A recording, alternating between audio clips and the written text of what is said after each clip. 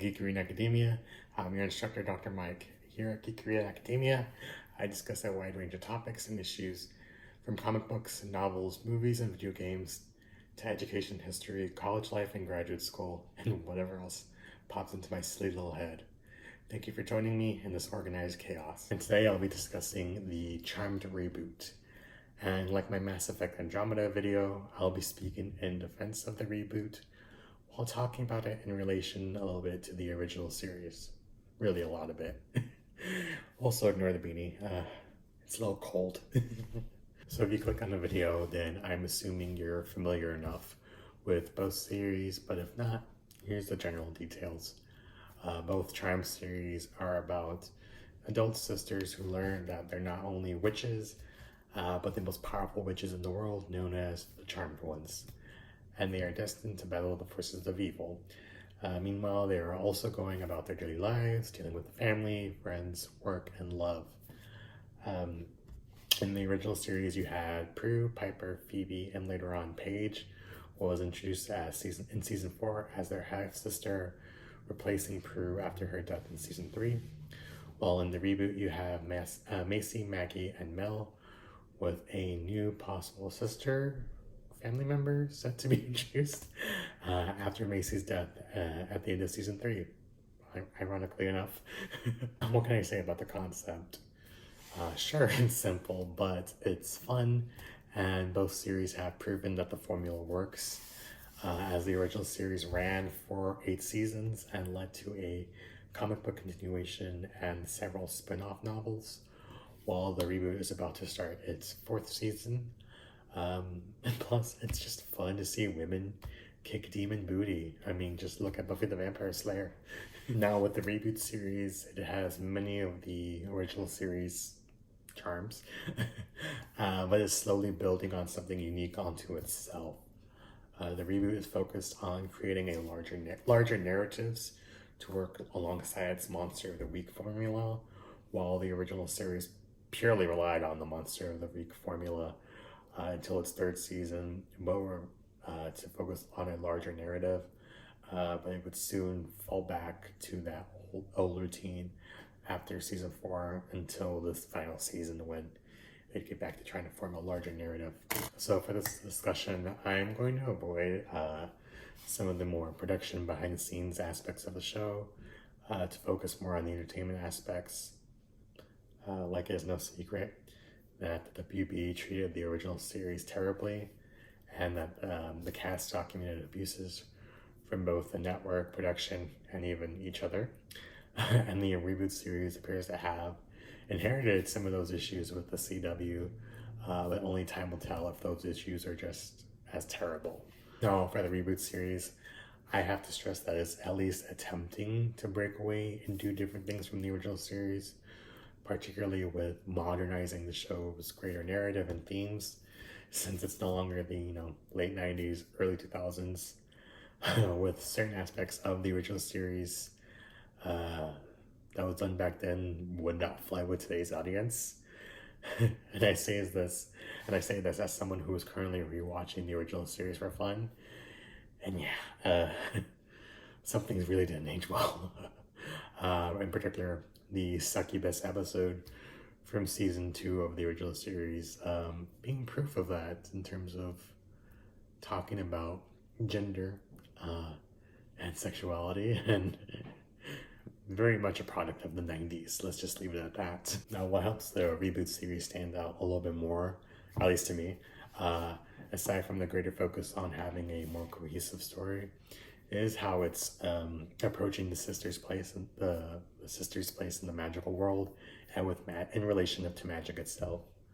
So the reboot hits a little harder on the feminine nature and domination of witchcraft, to give witches a higher position in the magical world, with this focus also allowing for a slightly more nuanced examination of the cultural aspects of witchcraft, particularly through the sisters who represent more Latin American depictions of magic.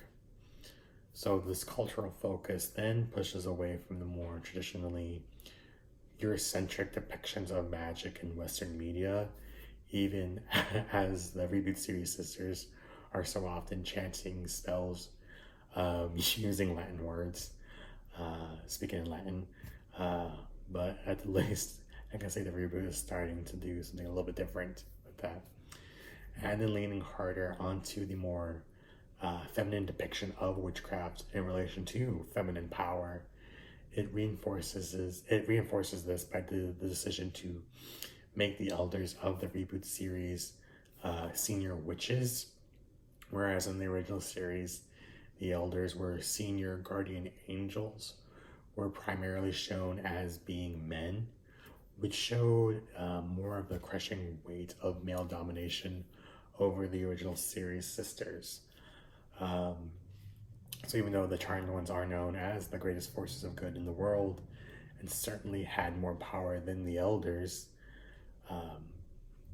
the elders were still, as a male-dominated force, were still above the sisters in the hierarchy. But granted, at least on a narrative level, it made sense. And while the elders were also technically the good guys, they made for great antagonists against the Charmed Ones. More so than many of the actual demons that the sisters faced. Now, that isn't saying that the reboot is flawless, but just like with the original series, the reboot is a bit of a mess, but for different reasons. Now, the cast from the original series had some great on-screen chemistry. Like, I could believe that the actresses were really sisters, despite what we've learned of their behind-the-scenes relationships to each other recently. Whereas with the Reboot series, they lack that type of great chemistry that the original did. Like, I have a harder time believing that the Reboot sisters even like each other half the time. But I certainly do applaud particularly Macy's character, since she is the older sister who was separated from the other two for her entire life, pretty much until adulthood. So it makes sense why she has some distance from them, even as she is doing her best to try to get closer and grow with them. Unfortunately, that was cut a little short because the actress left the series, so they killed off Macy's character at the end of the 3rd season. Damn it. Another thing too, which I kind of feel the need to bring up, something that's not necessarily a problem exclusive to the reboot, but many CW shows, is how its dialogue feels like it's talking down to its audience when dealing with more sensitive issues like racism or transphobia. The reboot feels like it is trying to hit you in the head with understanding how these are problems. Like, I can personally say, at least in the case of the reboot, it has improved this past season. It was pretty on the nose in the 1st season, but it still comes across very white liberal in its way of thinking, like very much look at me as I call out this injustice, now give me a cookie. But that seems to be more of a problem of the writer's room itself, since I think most of the writers are white, if I'm not mistaken. So even though the actresses are women of color, the dialogue comes off too clumsy as a result of the writers. Now, of course, this isn't letting the original series off the hook, as the original series didn't handle these issues any better, and in fact was often much worse, given that was also a very Anglo-centric show, but more so in the original series, there was virtually no people of color in it, except for one reoccurring actor, Daryl's character. In the original series, had some rather homophobic and transphobic dialogue, to say the least. Again, looking back to that succubus episode in season 2 being a particularly bad example. But one thing that I really love about the reboot is that it's not shying away from queerness. So in the reboot, the middle sister, Mel, is a lesbian who has 3 prominent romances with other women throughout the show. And the 3rd season introduced the sisters' trans cousin with other queer characters appearing throughout the series.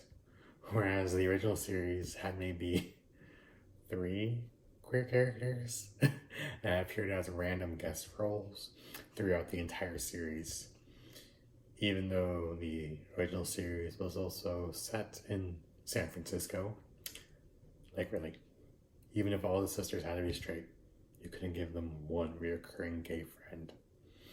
Or later in the series, when Piper had kids, had sons, adult versions of her sons, White and Chris, would appear from the future from time to time. Like, it wouldn't be that difficult to make either one of them gay or bi.